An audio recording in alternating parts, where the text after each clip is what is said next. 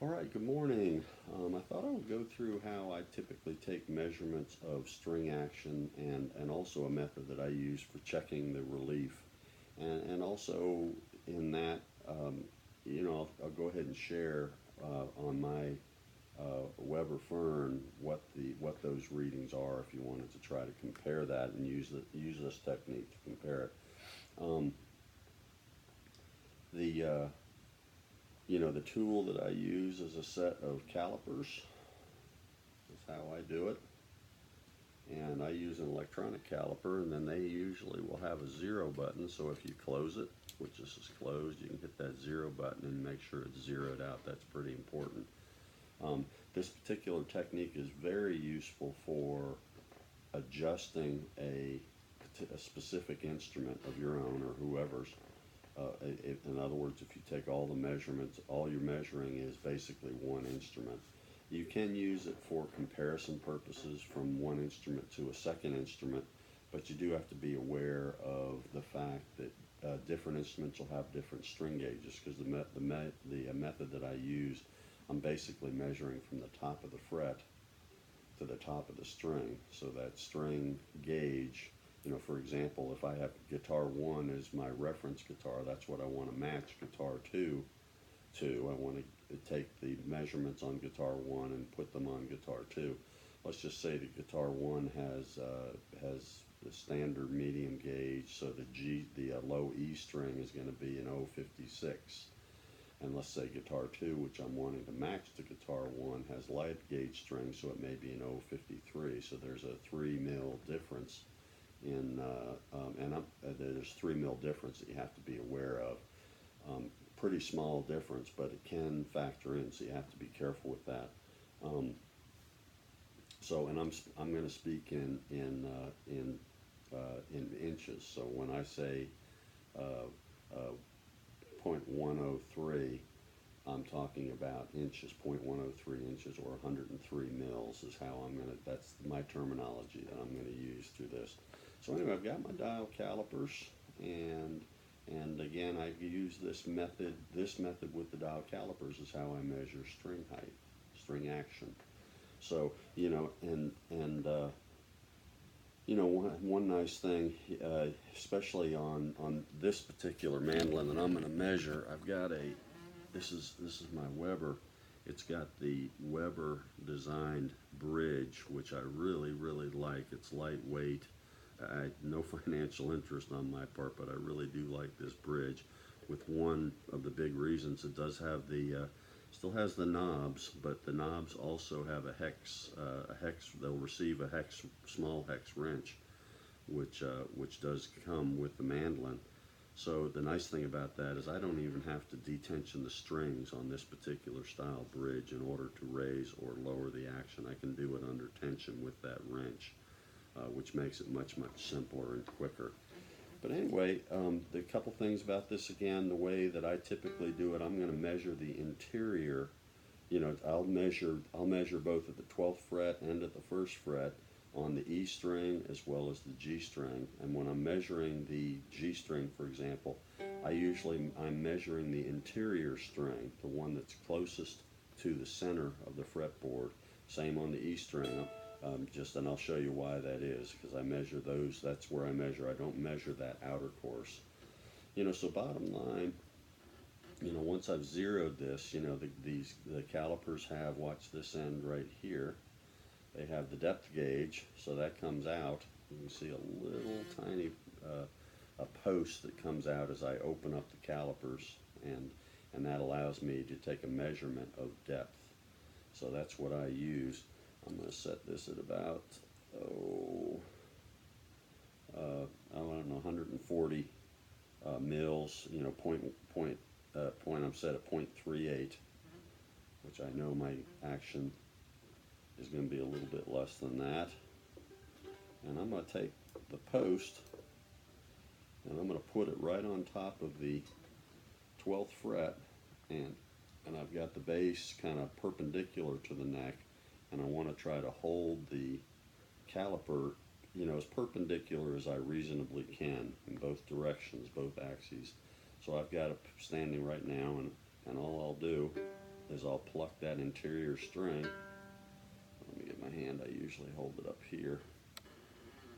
See if I can get this a little better picture like that. Whoops.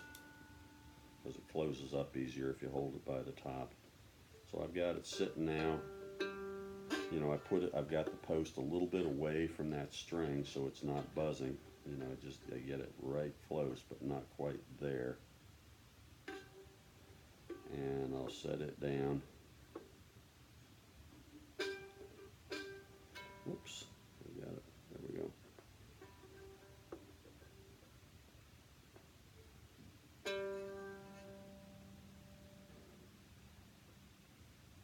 And then I'll pluck the string and I'll slowly lower it until I hear it buzz. So there's 100 mils, first measurement, and I'll take several measurements to try to get consistency.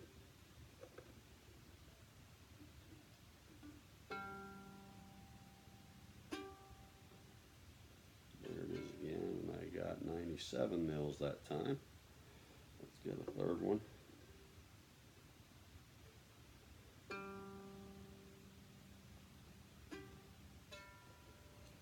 And I got 97 again, so I'm going to call that 97 mils on the G string on the 12th fret.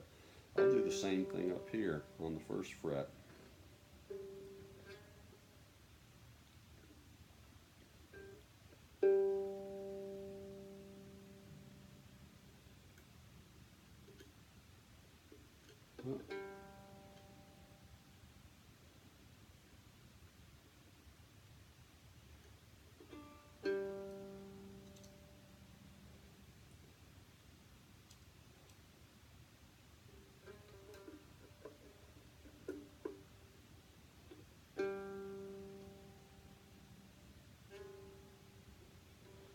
There we go, and I'll take those measurements, you know, and then I'll flip the mandolin around and I'll do the same thing.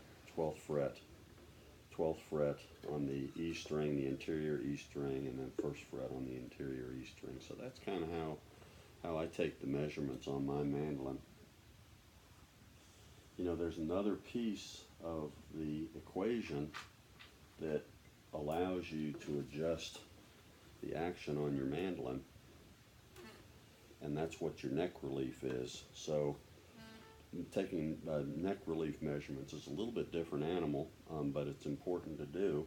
You know, so the first thing I do if I'm going to take neck relief, the tools that I'm going to use, I'll just take a capo, take one off one of my guitars, and then I use feeler gauges. So those are the tools that I use, and the way that I'll check my neck relief. And if you have an interest in this, what these measurements are, send me a text or a message and I can get you all the readings that are off my mandolin. So I'm going to take the capo and I'm going to put it on the first fret. And again, what am I talking about when I talk about neck relief?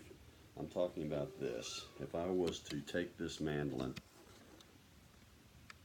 and I was to sight down the neck, you know, any stringed instrument is going to have a little bit of recoil in it. A perfectly flat, straight neck is not necessarily what you want. In fact, it's not what you want. You want a little bit of relief in that neck. In other words, you know, when I lay the mandolin down this way, I don't want it to be perfectly flat. I'm going to exaggerate. I want a little bit of this in it. I want a little bit of that, not perfectly flat. Again, this is exaggerating, but I want a little bit of that, and you can tell that by sighting down. You can tell, do you have that by sighting down the neck. So the way that I typically will check this is I'll put a capo on the first fret, make sure it's tight and that the strings are fretted against that first fret. And then I'll take the feeler gauges, and I already know what the depth, or you know, about what it is on my guitar, on my mandolin. So I've pulled out both a a 3 mil and a 4 mil feeler gauge. I've got those two out. And now I'm going to fret behind the 12th fret. I'm fretting, actually, if I was playing it, I'm fretting on the 13th fret. So I've got, in other words, I've got the string resting on the 12th fret. If you can see what I'm doing here. You know, I'm not going to fret the 12th fret. This is just how I do it. I fret the 13th fret, so I'm measuring from fret 1 to fret 12. That makes sense. Look at that and think about that. I want it resting on the 12th fret, and I've got the capo on the 1st fret. And then, you know, I happen to know mine, and then I usually take my measurements at the 7th fret. At the 7th fret. And when I use the 3 mil, I can tell that I've got contact on both sides because I see a little bit of deflection in the string. But when I use the 4 mil, so this is the 3 mil on this side, this is the 4 mil. You know, the 3 mil will slide in pretty easy, but you know, as I get past the string, I can tell that I'm making metal to metal. The 4 mil, I can get it in there, but it's quite a bit of work to get in there. So I've got a relief on this of about 3 mils, maybe a little under 3 mils. So if that makes sense. So once you get all those measurements, you know, why would you take relief? Well, if you don't have enough relief in the mandolin, you can't lower the action as much because you got flat, you know, you have a flat fretboard. You want a little bit of relief.